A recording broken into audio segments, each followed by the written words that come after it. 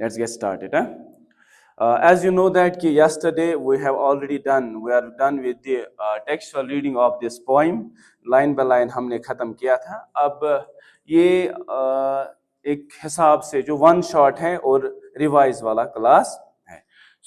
जो हमारी पोएम है इसका टाइटल क्या है? The laburnum top. Laburnum top bye Ted Hughes. Ted Hughes जो है वो एक ब्रिटिश पोइट है. क्या है? इंग्लिश पोइट है. टेड ह्यूग्स जो है वो एक इंग्लिश पोइट है और माने जाते हैं अपने vivid descriptions of nature and animals के लिए. ठीक है, आपने ऑलरेडी इसकी बहुत सारी पोएम्स देखी होंगी. जो पोएम्स का टाइटल है, जैसे इसकी एक कलेक्शन ये भी है, क्रो यानी हॉक, या स्नो ड्रॉप में आपने देखा होगा वीजल एंड क्रो या माउस, उनका जिक्र हुआ है. तो एनिमल डिस्क्रिप्शंस ऑफ एनिमल्स या नेचर इसकी पोएम्स में देखने को मिलता है. He was born in 1930 and died in 1998. और जो इसकी फेमस पोइट्री कलेक्शन है वो क्या है? Hawk in the rain, which was published in 1957. and it's because of this poetry collection जो टेड ह्यूग्स है इसे क्रिटिकल एक्लेम मिली है, यानी इससे रेप्यूटेशन मिली है इस कलेक्शन की वजह से. इसके बाद इसने जो दूसरी कलेक्शन है 1970 में क्रो लिखी एंड उसके बाद रिवर 1983. तो ये सम ऑफ हिज वर्क्स हैं. इसके वर्क्स मेंशन करने जरूरी हैं. लेकिन जो लेबरनम टॉप है, if we go through the title, अगर हम टाइटल देखेंगे लेबरनम टॉप जो है, लेबरनम एक ट्री है. क्या है? एक ट्री है जिसके जो लीव्स होते हैं वो येलो होते हैं. इसके लीव्स क्या होते हैं? एक ट्री है जिसके लीव्स येलो होते हैं और ये थोड़ा सा वो इन कश्मीरी विशे शीरित आसा. ठीक है, इसके ब्रांचेस जो हैं वो नीचे की तरफ आए हुए होते हैं.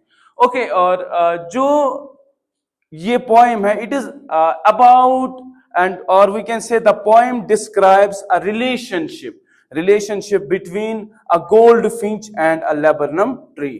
goldfinch जो है ये एक बर्ड है और laburnum tree क्या है? ये एक ट्री है और laburnum एक ट्री है और जो goldfinch है, यहाँ पे goldfinch है, FINCH फिंच, ये क्या है? ये एक बर्ड है. इन दोनों के बीच का रिलेशनशिप है. एज जब हमारी पोइम स्टार्ट भी होती है, एज अगर मैं लाइन्स एक दो यहाँ पे पढ़ूं, the laburnum top is silent. तो पहले लेबरनम टॉप के बारे में बताया जा रहा है. लेबरनम टॉप जो वो साइलेंट है, quite still in the afternoon yellow September. और जो मतलब सीजन क्या है? सितंबर में वी नो कि हम क्या, कौन सा सीजन होता है? ऑटम सीजन होता है. और आफ्टरनून डे क्या है? आफ्टरनून है.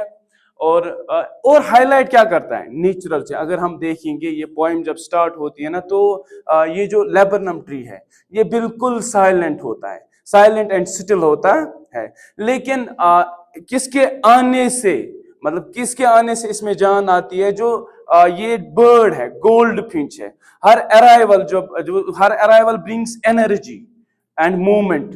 वो जब आती है वो इस ट्री में जैसे जान जैसी आ जाती है. ओके, और ये जो है ना, उसका आना, ट्री पे बैठ जाना, and this highlights how nature change from silence to activity. As silence पहले होती थी और उसके बाद क्या है? अचानक से एक्टिविटी आ जाती है, उस पेड़ में जान आ जाती है. एंड पोइट जो है वो he uses vivid imagery use करता है एंड पर्सोनिफिकेशन. एंड हम विटनेस भी करते हैं बहुत सारे पोइटिक डिवाइस इसमें यूज हुए हैं, जैसे सिमिली भी यूज हुआ है, पर्सोनिफिकेशन भी यूज हुआ है, एनोमेटोपिया यूज हुआ है. इस पोएम में एनोमेटोपिया भी यूज हुआ है, मेटाफर भी यूज हुआ है. ठीक है, ओके. इसके बाद लेबरनम ट्री जो है, we see that we witness that laburnum tree is silent and a goldfinch arrives. ये मैं आपको मेन पॉइंट्स बता रहा हूं जो हमने कल इस पोएम में पढ़ा. ठीक है, टेक्स्ट लाइन बाय लाइन जो हमने पढ़ा. और गोल्डफिंच अराइव्स सर्टेनली. और अराइवल जब वो आ जाती है, वो किस लिए आ जाती है? To feed the young ones. जो उसके बच्चे वहां पे होते हैं और उनको वो फीड करने के लिए आ जाती है. तब तक जो ट्री है वो साइलेंट होता है और उसके आने से एनर्जी आ जाती है और मोमेंट आ जाता है. और फिर से जब वो वहां पे आती है, as we have already its mentioned in our text कि वो जब गोल्ड फिंच वहां आ जाती है, गोल्ड फिंच को कंपेयर किया जाता है लिजार्ड के साथ, है ना। जैसे कि हमने यहाँ पे देखा है, अगर आप कौन सी लाइन चेक करोगे, line number 1 2 3 4 5 6, then sleek as a lizard and alert and abrupt, यानी वो जो ब्रांच पे है, उस ट्री के ब्रांच पे ये ऐसे चल रही है जैसे लिजार्ड, यानी smooth. Sleek here means smooth as lizard, ठीक है। और भी बहुत सारी पोएटिक डिवाइसेस यूज हुई है, जैसे मेटाफर, ये भी बताया गया है, engine of the family, engine of the tree या इंजन ऑफ दैट ट्री। जब वो बर्ड वहां पे आ जाती है, उसके वो परों की आवाज, दैट ट्रिम्बलिंग, दैट वो जो एनोमेटोफिया, एज आई सेड यस्टरडे, दो साउंड्स, चिरप, और कौन सा वर्ड यूज हुआ है, चिटरिंग्स एक जगह पे यूज हुआ, विस्परिंग, चिरप, विसल, एंड हम देखते हैं कि वहां पे कशर पे बोल बॉश, जैसे ही वो ट्री पे बैठ जाती है और बोल बॉश जो है वो उसकी आवाजें, साउंड जो है हर साइड से हो जाती है। ऐसा लग रहा है मतलब जैसे एक बर्ड नहीं, इसमें बहुत सारे बर्ड्स हैं, यानी फुल ऑफ एनर्जी जो है ये ट्री दिख जाता है। ओके, एंड बट जब वो गोल्ड फिश अपने बच्चों को फीड करती है या वंस को फीड करती है, after that she flies away into the skies, वो फिर से वापस चली जाती है, एंड द ट्री जो है that goes into the state of silence again, उसके जाने से वो जो ट्री है वो फिर से साइलेंट हो जाता है। यानी और अब अगर हम बात करें इन जनरल इस पोइम की, तो ये पोइम जो है ये रिलेशनशिप बिटवीन क्या क्या है, relationship between a gold Finch and laburnum tree, and उसके बाद जब ये जो बर्ड आ जाता है वो उस ट्री पे अपने बच्चों को फीड करने के लिए, वो जो ट्री है उसमें जान आती है, तब तक वो साइलेंट होता है, स्टिल होता है, और उसमें एनर्जी आ जाती है। और आफ्टर फीडिंग हर यंग वंस, वो बर्ड जो है वो वापस जाती है, एंड उसके जाने के बाद वो ट्री जो है वो फिर से क्या, वो साइलेंट ही रहता है, ठीक है।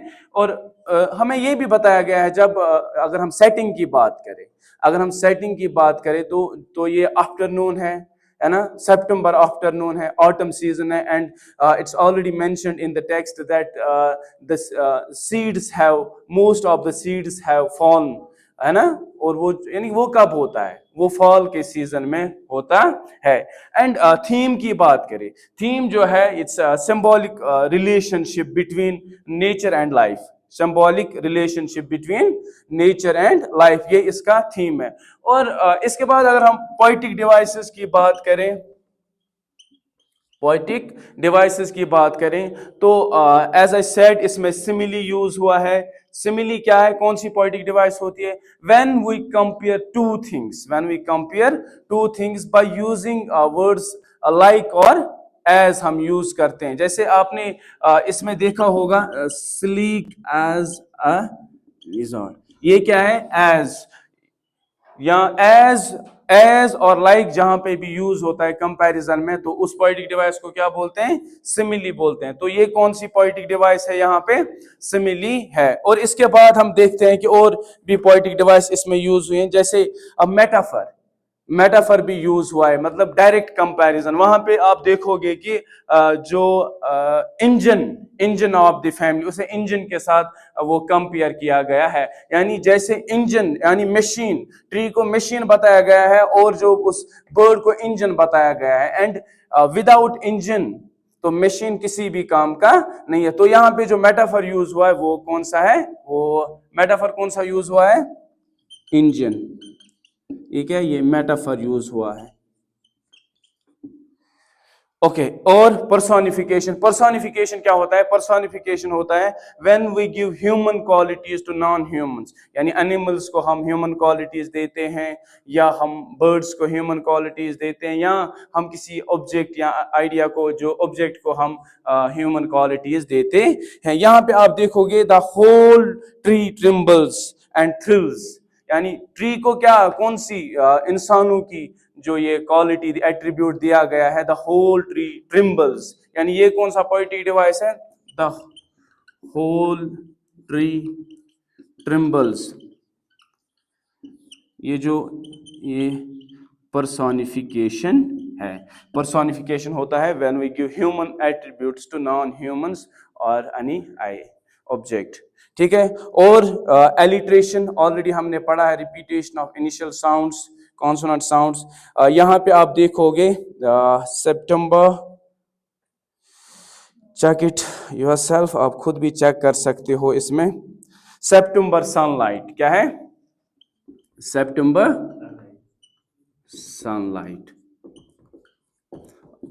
एस। तो ये क्या है? ये कौन सी पोएटिक डिवाइस, ये कौन सी डिवाइस है? फिगर ऑफ स्पीच है एलिट्रेशन, एलिट्रेशन, ठीक है। तो इसमें कौन सी क्वेश्चन अगर आ सकता है, ओवरऑल आइडिया आ सकता है, थीम आ सकता है। तो एज आई सेड, थीम जो इसका है symbolic relationship between nature and life है, और कैसे जो गोल्ड फिंच के आने से इस ट्री में लाइफ आ जाती है। और पोएटिक डिवाइस आ सकती हैं जैसे सिमिली है, या पर्सोनिफिकेशन है, या मेटाफर है, या एलिट्रेशन है, वो यूज हुआ है। एंड आई होप आपको ये वीडियो अच्छा लगा होगा। Thank you.